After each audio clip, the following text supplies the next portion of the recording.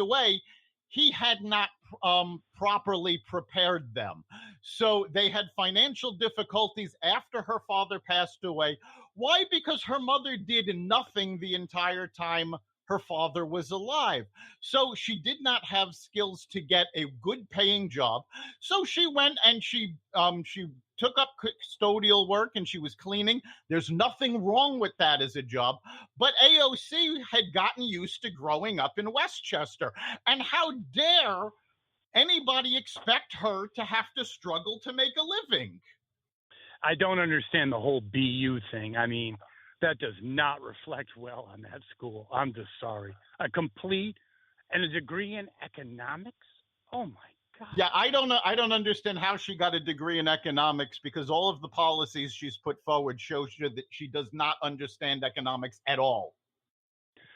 I agree. Last question. Do you think that she's starting to realize that the party's getting over? It's not over yet, but I think she does.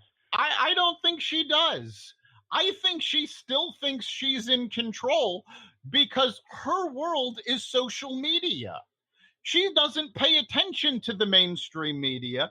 Her whole thing is, does she get a good coverage on Twitter?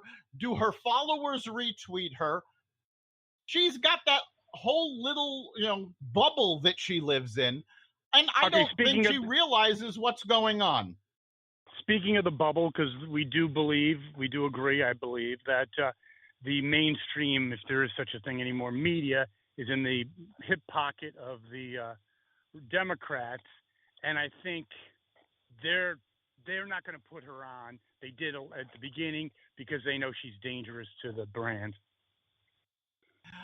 I think it's going to depend. I don't think the news shows are putting her on anymore. They've certainly seemed to stopped paying attention to her. She's still big with the late night comedians, so she's still going to get airtime there. And unfortunately, her peers actually get more information from late night comedians and social media than they do actual news. But I don't think she's getting real coverage anymore. Okay, our final little bit here.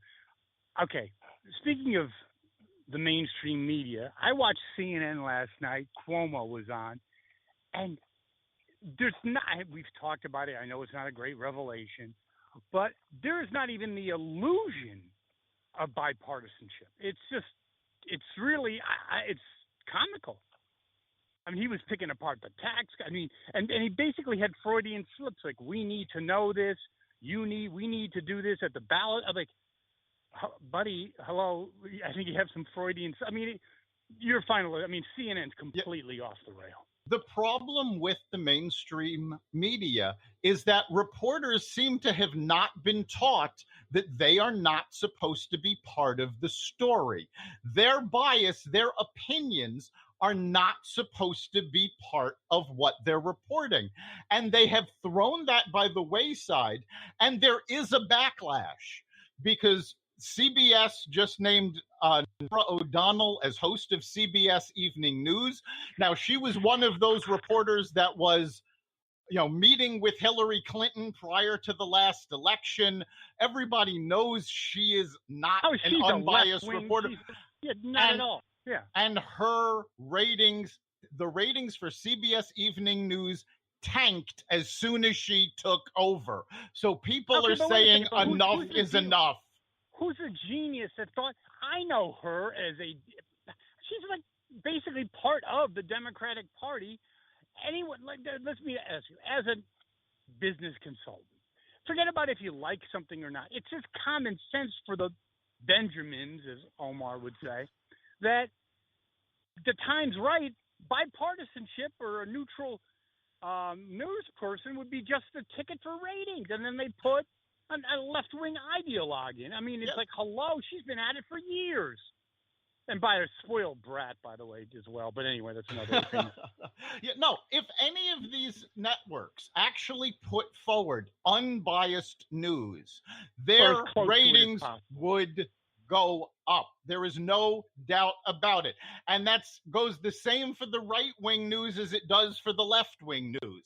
If they actually could prove they were accurate and they were bipartisan, or more specifically nonpartisan, they would get ratings. I would agree. Well, that concludes another edition of Carnivore Bites. We'll do it again next week. See you next week. You've been listening to Carnivore Bites, part of the Exvadio Podcast Network. You can catch us every week at exvadio.com/podcasts, on the iHeartRadio app, the Apple Podcasts app, the iTunes Store, Spotify, and wherever you find podcasts.